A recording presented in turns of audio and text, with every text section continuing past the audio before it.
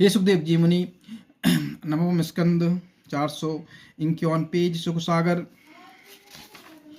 श्री सुखदेव जी द्वारा वैवस्वत मनु की वंशानुत्पत्ति कथा का वर्णन।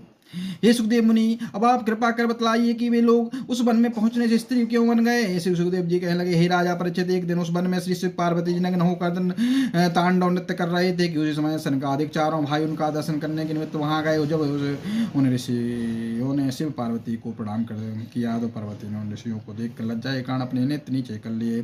तब वे लोग वहां से निराश होकर नारायण के दर्शन करने के निमित्त भद्रकाश्रम को चल दिए। तब पार्वती जी ने शिव जी से कहा कि आप विहार करने के लिए कोई आश्रम क्यों नहीं बनवाते जो मुझे इस प्रकार वन में लज्जित करते हैं। आज लज्जा के कारण मुझसे अपना मुंह भी किसी को नहीं दिखलाया जाता। यह सुनकर महादेव जी ने कहा, हे प्राण प्रिय, तुम रुष्ट क्यों होती हो। मैं इस वन में को ऐसा श्राप देता हूँ कि आज से इस वन में देवता, दैत्य, मनुष्य तथा पशु आदि जो भी कोई पुरुष रूप में आएगा वह तुरंत ही स्त्री बन जाएगा। इस प्रकार आज सुदुम्न इस वन में आते ही स्त्री बन गया।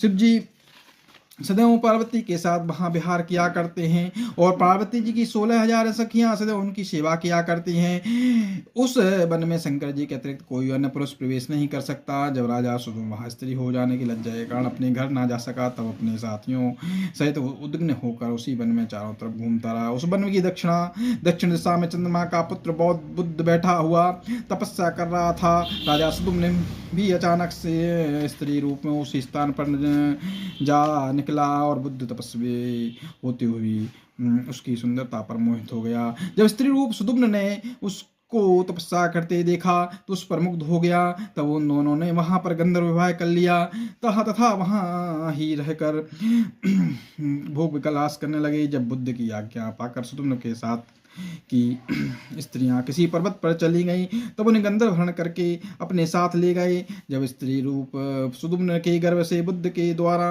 पुरुरवा नामक पुत्र की उत्पत्ति हुई, तब एक दिन सुदुम्न ने अपने हृदय में गुरु वशिष्ठ का स्मरण करके उनका ध्यान किया। तत्पश्चात जब अंतर्यामी वशिष्ठ ने उसके पास आकर उपस्थित हो गए, तब सुदुम्न ने हाथ जोड़ते हुए दंडवत करके उनसे अपना समस्त वृत्तांत कहा और विनती की, हे मुनि श्रेष्ठ, आप कोई ऐसा कृपा कीजिए जिससे मैं पुनः पुरुष हो जाऊं। यह बात सुनकर वशिष्ठ जी ने कहा, हे राजन, तू धैर्य रख, मैं शीघ्र ही तेरे पुरुष होने का उपाय करता हूँ। बोलो कृष्ण भगवान की जय, राधा वल्लभ की जय, वृंदावन धाम की जय, हनुमान जी महाराज की जय, राधा रानी की जय।